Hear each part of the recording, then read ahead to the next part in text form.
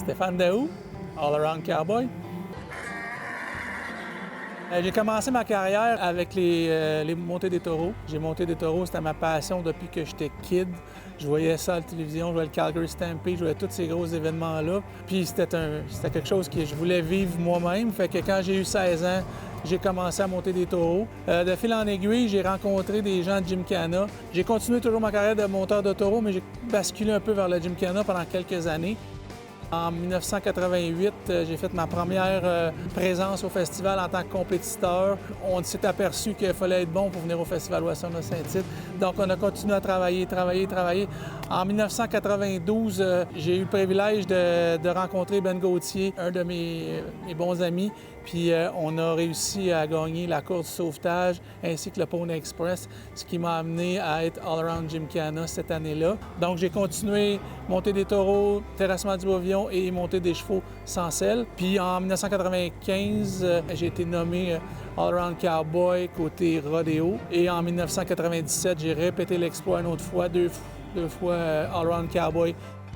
Mon chapeau que je porte en tant que cavalier de secours, c'est de toujours garder le spectacle fluide. C'est-à-dire qu'on ramène les animaux à l'intérieur de leur loge. On va aider des compétiteurs qui sont en problème. On va venir travailler avec eux pour les déprendre, ainsi que désangler les animaux et les ramener.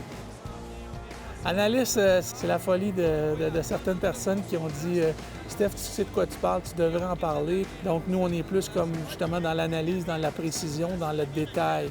Puis, si moi, les gens, ils réussissent à repartir du rodéo en ayant appris quelques petites choses, ma job est faite.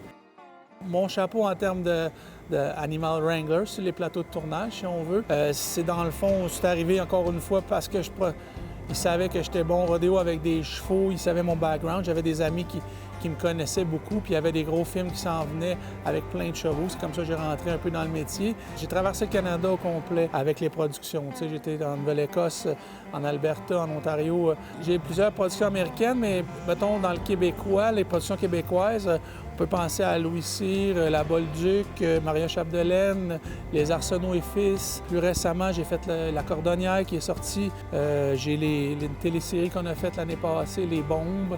Entraîner un cheval au cinéma, ça s'appelle beaucoup de patience. Il faut les amener à relaxer, à se détendre, à être prêt quand on le demande, mais en même temps être prêt à se reposer puis à ne pas bouger pendant des heures. Fait que c'est tout un travail de longue haleine.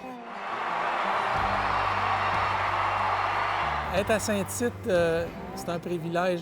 On est encore au Québec, mais pour avoir voyagé dans le monde, avoir compétitionné dans plusieurs États, tout le monde, ou à peu près, qui ont entendu le mot Saint-Tite, rêve de venir ici.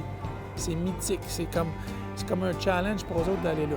Puis les disciplines qu'on a au festival sont vraiment particulières. C'est que les Québécois qui font les classes de Gymkhana. Mais la plus grande fierté que j'ai, c'est d'avoir pu réaliser, on appelle ça les deux extrémités de l'aréna, dans le sens être la seule à réussir All Around Cowboy et All Around Gymkhana dans les 55 ans d'existence du festival. Ça s'était jamais fait.